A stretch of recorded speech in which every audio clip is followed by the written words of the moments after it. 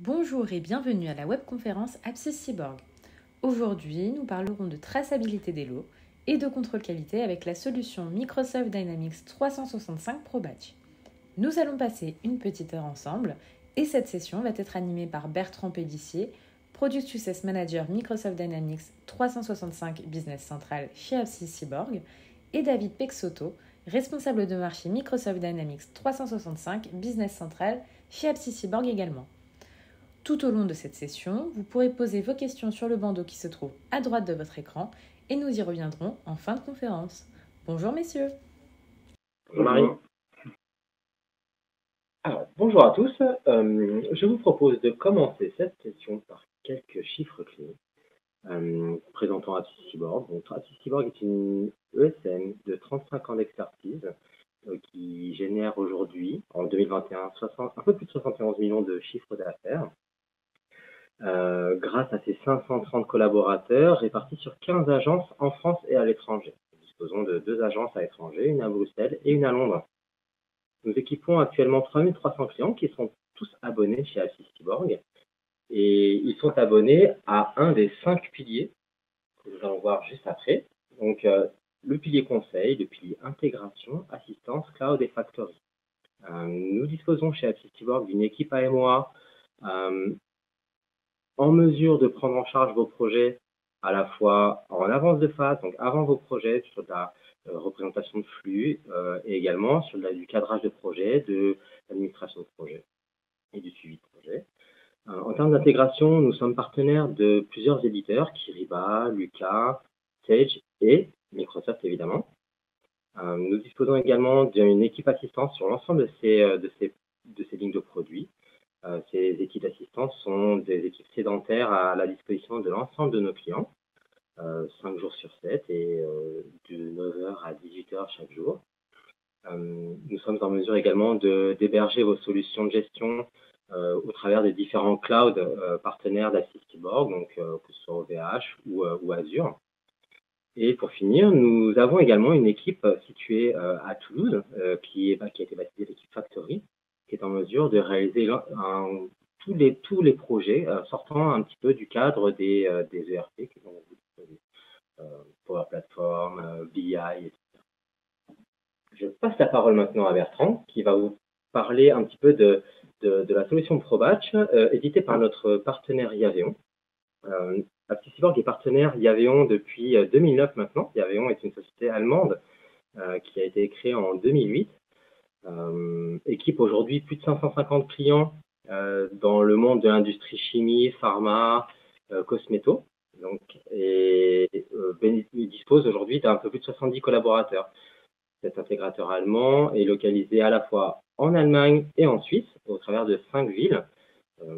Voilà. Donc, un partenaire historique d'Apsis Cyborg depuis les tout débuts pour traiter les sujets industriels dont nos clients ont besoin.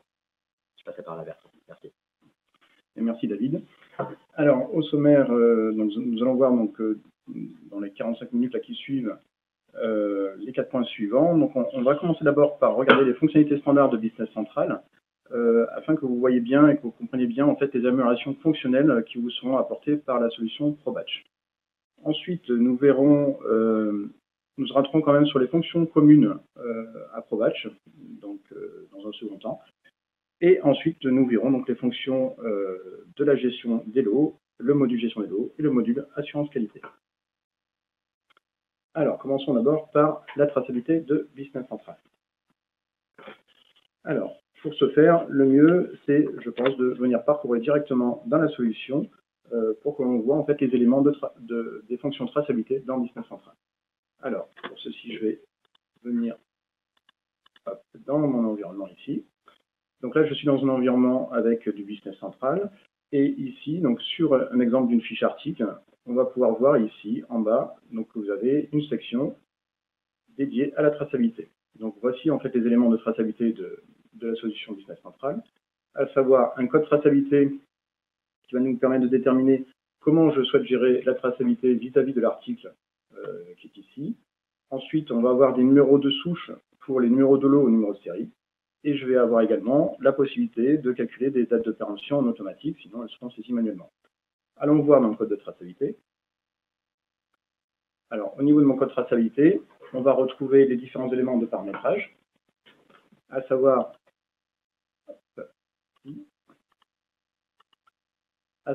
donc, est-ce que je souhaite réaliser la traçabilité directement sur les produits sortants, ou est-ce que je souhaite également gérer la traçabilité depuis l'entrée en stock du produit.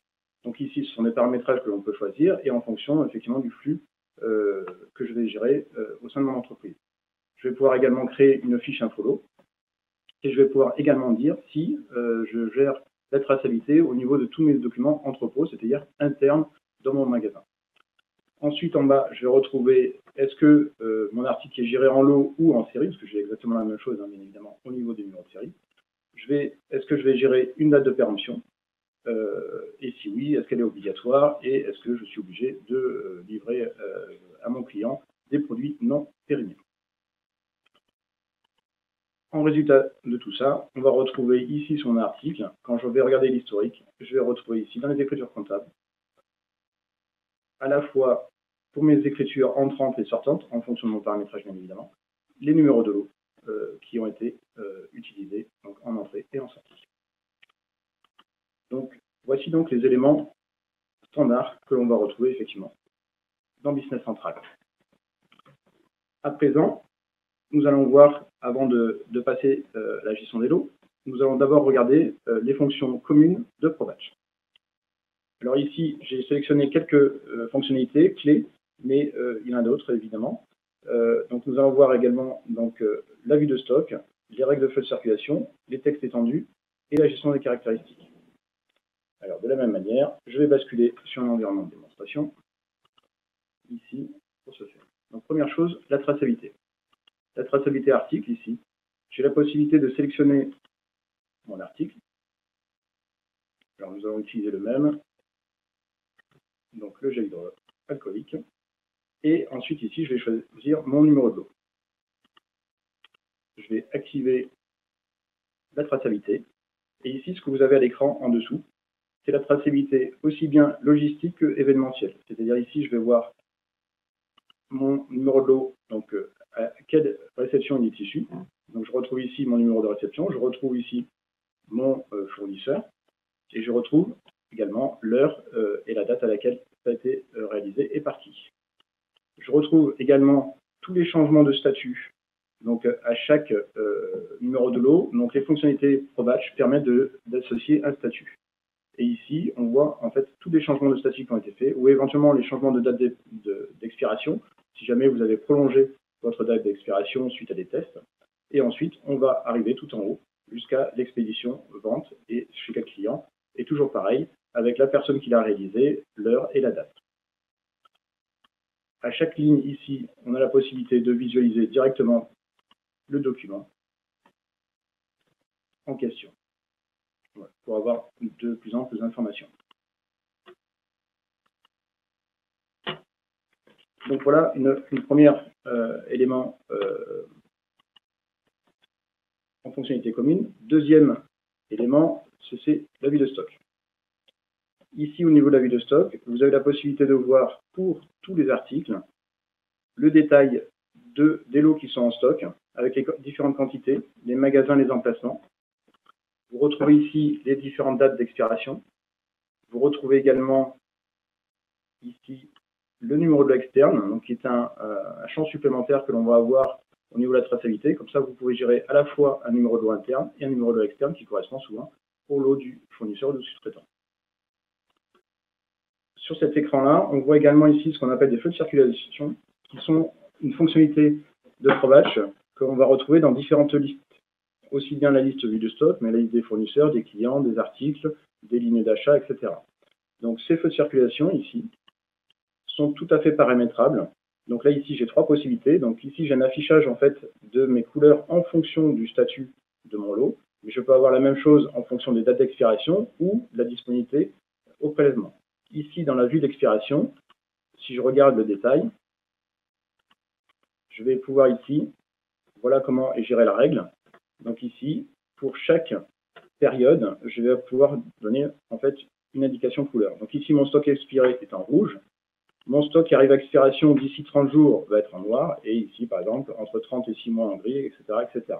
Donc, vous avez la possibilité de venir paramétrer donc, toutes ces règles en fonction des différents critères que vous avez au niveau du stock, des écritures de stock ou au niveau de vos articles.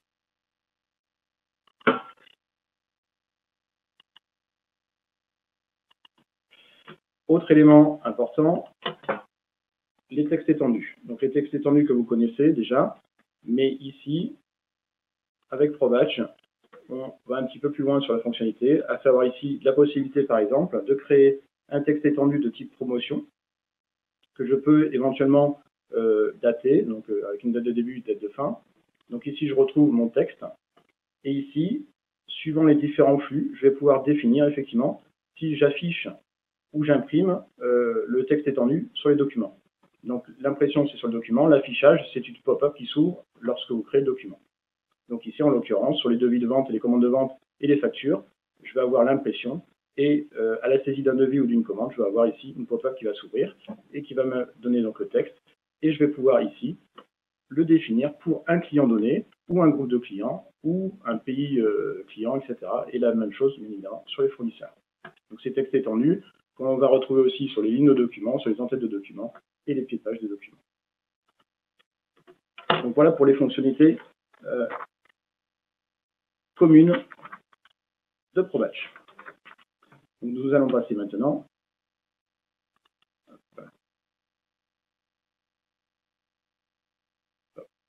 au module gestion des lots. Au niveau du module gestion des lots, nous allons ici voir, alors on va retourner sur ma vue de stock, pardon. Et au niveau de ma vue de stock, ici, on va venir sur la fiche infolo. Donc ici, au niveau de ma fiche infolo, je vais retrouver donc toutes les informations concernant mon lot avec les éléments enrichis, donc à savoir effectivement les lots externes, type de conteneur. Et au niveau de cette fiche-là, je vais pouvoir agir directement sur l'information lot. Et ici, je vais avoir deux fonctions. Donc la fonction créer une modification information lot, qui va me permettre ici de modifier les informations du lot, donc directement. Donc ici, par exemple, de passer un statut de lot en le passant en QC ou éventuellement en QC en cours. Ici, je vais pouvoir modifier également les informations de lot externes ou éventuellement une date de péremption. Donc cette gestion-là ici va être également tracée, comme on l'a vu tout à l'heure dans la traçabilité de ProBatch. Je vais retrouver ici les informations qui me permettent de gérer ces éléments-là, notamment au niveau des statuts traçabilité. Donc ici, la possibilité de définir plusieurs statuts de lot. Donc tout à l'heure, on a vu effectivement le lot lancé, qui est équivalent à libérer, le lot bloqué, le lot dérogation. Donc là, vous pouvez créer autant de statuts que vous souhaitez. Cette gestion de statut, ensuite, va être gérée via des règles. Donc ici, on va pouvoir mettre en place des règles de validation qui vont permettre, en fonction de ces statuts, de définir si j'ai le droit ou pas de mener une action. Donc ici, par exemple, si je prends une expédition de vente, donc ici, j'ai la possibilité, en fonction de ces statuts, de définir effectivement que si mon lot est expiré, je n'ai pas le droit d'expédier à mon client la marchandise. Ici, je peux même venir dire que si un lot expire dans moins de 6 mois, par rapport à certains clients ici que l'on voit, le vendeur numéro 40 000, je n'ai pas le droit non plus de l'expédier. Ça peut être aussi bien une durée qu'éventuellement un pourcentage de la DLU restante. Donc ça, vous pouvez paramétrer sur la fiche article une DLU théorique, donc admettons d'1 an, et ici vous pouvez mettre, vous n'avez pas le droit de livrer si votre DLU restante n'est pas supérieure à 70%. Donc ça, ce sont des règles de validation que vous pouvez paramétrer, aussi bien pour gérer l'expédition, pour gérer la disponibilité article. Donc quand les commerciaux, l'ADV, consultent les stocks depuis les commandes de vente, ils vont pouvoir directement voir en fait avec les règles lesquels sont disponibles ou pas. Donc, notamment, on pourra enlever, par exemple, tous les statuts d'eau qui sont bloqués. De la même manière, je vais pouvoir gérer ça également au niveau de la consommation, que ce soit en assemblage ou en production. Donc, je n'ai pas le droit, par exemple, de consommer un produit dont le lot est en statut à contrôler. Ensuite, autre modification possible, nous pouvons, depuis la fiche Infolo ici, modifier également ici ce qu'on appelle numéro de lot. Ici, ça va servir de partir d'un numéro de lot et sur une certaine quantité, en fait, demander au logiciel de scinder ou de fusionner éventuellement des lots. Donc ici, je vais pouvoir, pour une certaine quantité donnée, demander ici une nouvelle affectation. Donc ici, avec ce qu'on appelle le fractionnement de lot. Donc là, il est en automatique, sinon il peut être en manuel. Et donc, grâce à ce fractionnement, je vais avoir ici mon nouveau numéro de lot qui va ici avoir à la fin un /002. Et lorsque je vais valider, cela va créer en fait un nouveau numéro de lot. Donc ça, c'est un fonctionnement très utile lorsque, par exemple, mon fournisseur éventuellement m'expédie en plusieurs fois un même numéro de lot. Donc je vais pouvoir de cette manière-là réceptionner le premier lot et le contrôler. Et une fois qu'arrive le second lot, automatiquement, il va venir être fractionné. Et grâce à ça, je vais pouvoir effectivement le contrôler à nouveau. Voilà. Toutes ces modifications donc, sont bien évidemment tracées grâce à la traçabilité de ProBatch. Également, donc, dans ce module gestion des lots, il nous permet de gérer donc, ce qu'on appelle l'héritage de l'eau. C'est-à-dire, lorsque je vais, par exemple, consommer lors d'une production une matière première avec un certain numéro de lot, je vais pouvoir hériter du même numéro de lot, si je souhaite, pour le produit semi-fini ou produit fini. Je vais pouvoir éventuellement hériter même de sa date de péremption. Je vais pouvoir également hériter de toutes les caractéristiques qui sont liées à ce numéro de lot. Alors, caractéristiques, effectivement, c'est une fonction standard, fonction commune que l'on a avec ProBatch. Donc ici, je vais vous montrer à quoi correspondent ces caractéristiques. Donc ici, au niveau de ces caractéristiques, on peut les lier aussi bien aux articles qu'aux nomenclatures, aux protocoles, aux branches de nomenclature. On peut les lier également aux lots et elles peuvent également, on verra tout à l'heure, servir lors des inspections de contrôle. Donc ici, j'ai pris quelques exemples. Donc, vous retrouvez ici notamment des caractéristiques par rapport aux EPI ou par rapport éventuellement aux des phrases de risque, aux allergènes suivant votre domaine.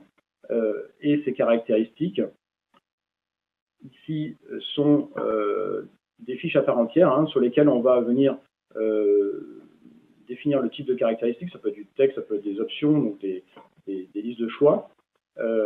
Et elles peuvent aussi servir, donc ici comme là est indiqué, c'est-à-dire à partir du moment où j'informe cette caractéristique, je lui demande à ce qu'elle suive sur le numéro de lot. Et de la même manière, je peux aussi demander à ce que ce soit une caractéristique lors d'un ordre de contrôle, d'inspection.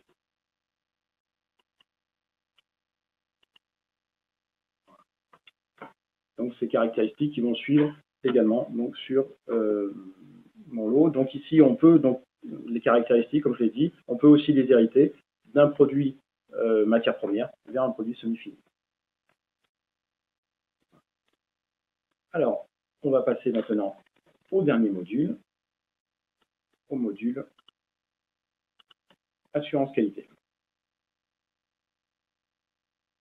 Alors, ce module assurance qualité va nous permettre de gérer ce que l'on a vu ici dans le module gestion des lots, mais avec une certaine automatisation et également avec un certain conformisme. C'est-à-dire que je vais pouvoir gérer ce qu'on appelle des plans d'inspection pour des articles ou groupes d'articles dans lesquels je vais demander qu'à certaines étapes de mon flux, donc comme vous voyez ici sur l'écran, vous avez à la réception, ça peut être aux achats, ça peut être lors de la fabrication, ça peut être lors de la saisie de la commande, ça peut être également avant expédition, ça peut être directement dans le stock ou dans d'autres magasins que vous avez. Donc là, on va pouvoir demander à gérer, à mettre en place des ordres de contrôle. Donc ordres de contrôle qui vont, eux, changer le statut de lot, comme on a vu tout à l'heure, mais cette fois-ci, changer automatiquement en fonction de l'avancement de mon contrôle et en fonction, bien évidemment, in fine, du résultat de mon contrôle. Alors, ce que je vous propose, c'est que l'on va venir directement dans l'outil et on va faire un scénario que j'ai sélectionné. Donc, on va faire en fait une réception d'une matière première et on va voir comment tout ça s'imbrique.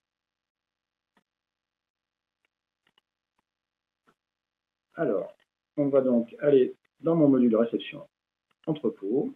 Et ici, donc, je retrouve une réception à réaliser. Donc ici, une réception d'acide ascorbique que je viens de réceptionner, donc une quantité de 10. Donc là, je vais venir saisir ma traçabilité. Donc, je vais demander une affectation automatique. Donc, sinon, bien évidemment, je peux saisir le numéro de lot. Je vais mettre une date d'expiration. Et ici, je vais avoir la possibilité d'éditer une étiquette produit. Donc ici, pour chaque numéro de lot, en indiquant en haut à droite éventuellement si vous souhaitez, si vous avez plusieurs palettes, éditer plusieurs étiquettes. Donc ici, on va avoir la possibilité effectivement d'éditer mon étiquette de lot. Je vais ensuite valider ma réception.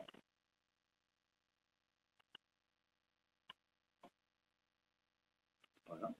J'ai un rangement qui s'est créé automatiquement parce qu'effectivement je suis en entrepôt avancé. Et ici, donc on va aller voir tout de suite la vue de stock.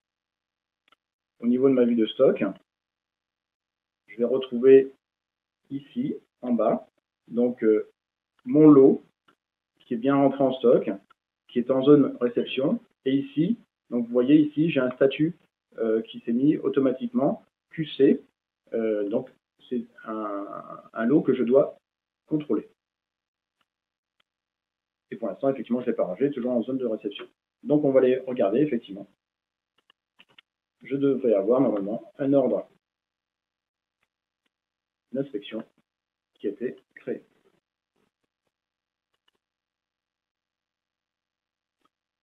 Donc ici, effectivement, je retrouve un ordre d'inspection sur mon lot 0014, avec ici donc le fournisseur issu de la réception.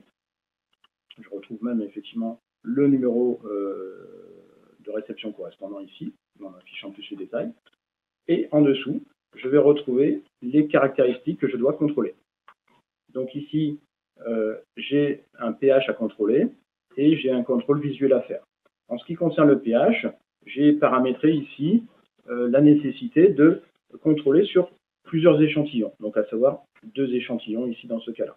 Et après, on peut en fait déterminer des règles pour calculer le nombre d'échantillons et également le nombre de tests à réaliser sur chacun des échantillons. Donc ici, moi, je suis sur 2 échantillons avec un seul test à réaliser pour chacun d'eux. Ici, je vais retrouver les valeurs cibles demandées que je dois avoir au niveau de ce test. Et ici, je vais retrouver les limites de tolérance inférieures et supérieures. Donc ici, 6 et 8. Donc, en dehors de ces valeurs-là, je suis hors tolérance. Et on a également la possibilité de gérer ce qu'on appelle des limites inférieures et supérieures de contrôle qui vont permettre de déterminer des lots qui vont se retrouver effectivement entre 6 et 6,5 par exemple, ou en 7,5 et 8, qui seront avec un traitement particulier. Par exemple, pourquoi pas certaines matières ou produits, pour certains clients, je vais demander des dérogations, effectivement, si je suis dans ces tolérances-là. Voilà. Donc on va pouvoir avoir des statuts différenciés entre le statut qui va être libéré et le statut qui, effectivement, sera, lui, peut-être dégradé ou soumis à dérogation. Donc ici, je vais pouvoir saisir les valeurs donc de mes échantillons, par exemple, ou de mon contrôle. Mais par contre, ici, je trouve que je ne fais pas de pH métrie. Je le sous-traite. Donc pour ce faire, ici, j'ai la possibilité de venir ici créer un envoi d'échantillons. Donc pour ce faire ici, j'ai un document qui va être créé avec ici donc le destinataire et je vais retrouver en bas donc les caractéristiques que je lui demande de contrôler et après je vais pouvoir effectivement envoyer mon échantillon à mon sous-traitant pour qu'il vienne effectivement faire les contrôles. À réception des contrôles, je vais ensuite, bien évidemment, saisir les valeurs.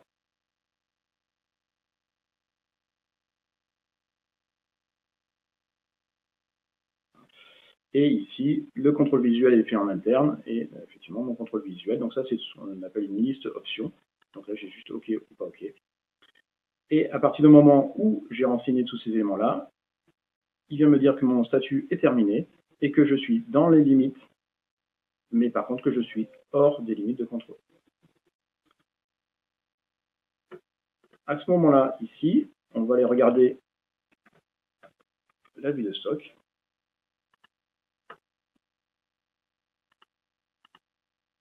Et on va voir ici que mon statut, vous voyez, a changé. Il est passé en QC Finished. Donc, contrôle qualité terminé. On serait venu plus tôt, on aurait vu que le contrôle qualité était en cours. Donc, de cette manière-là, on peut effectivement paramétrer en fonction de l'avancement de mon ordre d'inspection un changement de statut pour que toutes les personnes puissent être au courant de l'avancement et de la proche ou pas disponibilité de ce lot. Ici, à présent, j'ai aussi la possibilité de venir créer un certificat d'analyse. Donc, de la même manière ici, je vais demander à créer un certificat d'analyse. Donc, ce certificat d'analyse ici que je viens de créer, donc, porte son propre numéro. Ici, je retrouve mon lot, je retrouve l'ordre d'inspection. Et ici, je retrouve les caractéristiques pour lesquelles j'ai demandé à ce qu'elles figurent sur le certificat d'analyse. On a la possibilité dans ce qu'on appelle le plan d'inspection, c'est-à-dire la manière dont je gère mon contrôle. J'ai la possibilité de dire en fait quelles caractéristiques je veux ou pas faire afficher dans le certificat d'analyse. Donc là, je retrouve mes deux analyses. Ici, j'ai également ce qu'on appelle une valeur de sortie. Donc ça, c'est pour faire figurer l'information de manière un petit peu différente que l'information valeur réelle. Donc vous pouvez ici avoir l'équivalent, si vous voulez, du 6.3 hein, pour venir mettre l'appréciation qu'attend votre client. Ici, d'ailleurs, au niveau du client, on va pouvoir ici le renseigner. On va pouvoir, grâce au texte étendu, donc rajouter éventuellement des textes de ligne. On va pouvoir rajouter également des en-têtes et des pieds de page. Et ensuite, ici, on va pouvoir éditer le certificat d'analyse.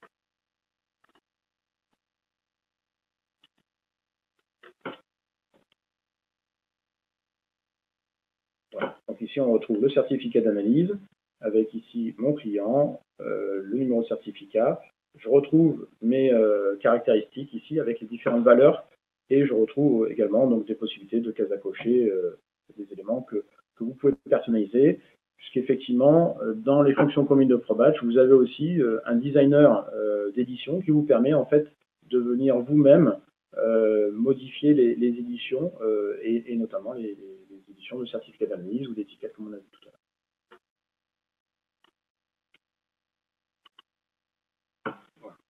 Une fois le certificat d'analyse envoyé, et si tout a été géré au niveau de mon article, je vais pouvoir revenir sur mon ordre d'inspection et ici, venir terminer mon ordre d'inspection.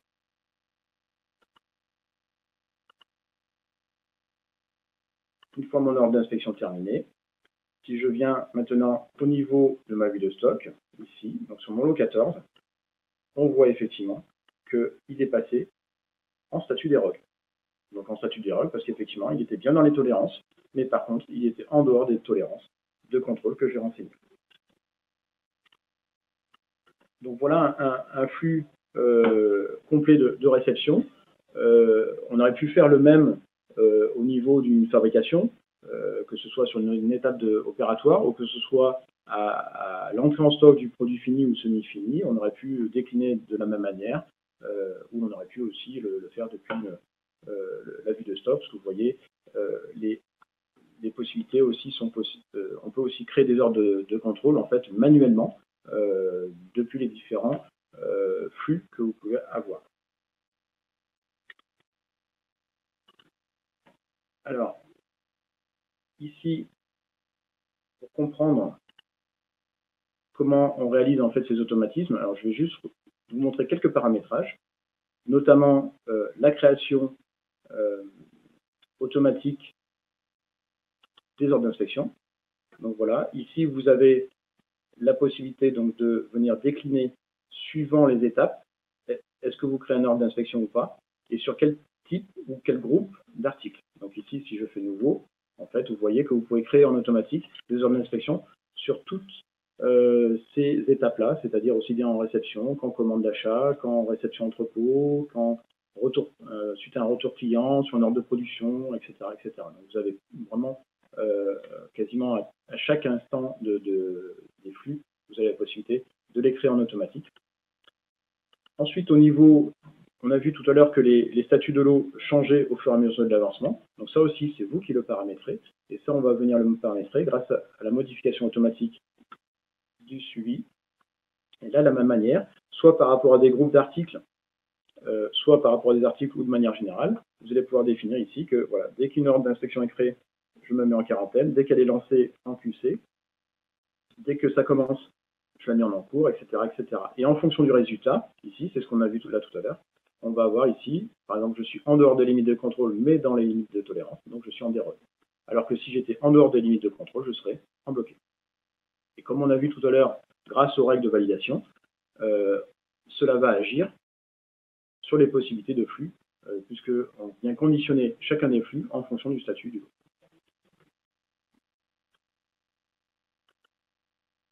Voilà. Alors, pour vous montrer l'incidence, justement, de ces règles de validation, on va aller voir quelques commandes de vente. Donc ici, si je prends cette première commande de vente qui est à livrer pour novembre, pour mon article ici gel, si je viens par exemple dans les lignes traçabilité et que j'ouvre la liste des lots, mais ici vous voyez que vous avez tous les lots qui sont disponibles en stock. Par contre, on voit les statuts ici qui sont différents. Et ici, vous avez ici un blocage qui a été réalisé et vous voyez quelle règle a bloqué.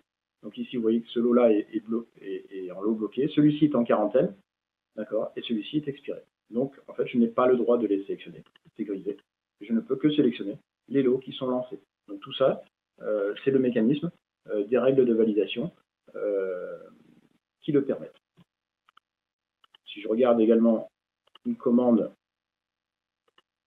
plus différente, si je prends par exemple mon client Alpinski, donc lui c'est pour une livraison demandée en 2024, donc c'est très en avance. Et ici, si je viens dans la ligne Traça, je vais voir, voilà, que tous les lots qui sont disponibles en stock actuellement, mais en fait, ils expirent, il ne restera pas 6 mois de DLIO, donc du coup, ou de DLC, donc du coup, je ne peux pas le livrer.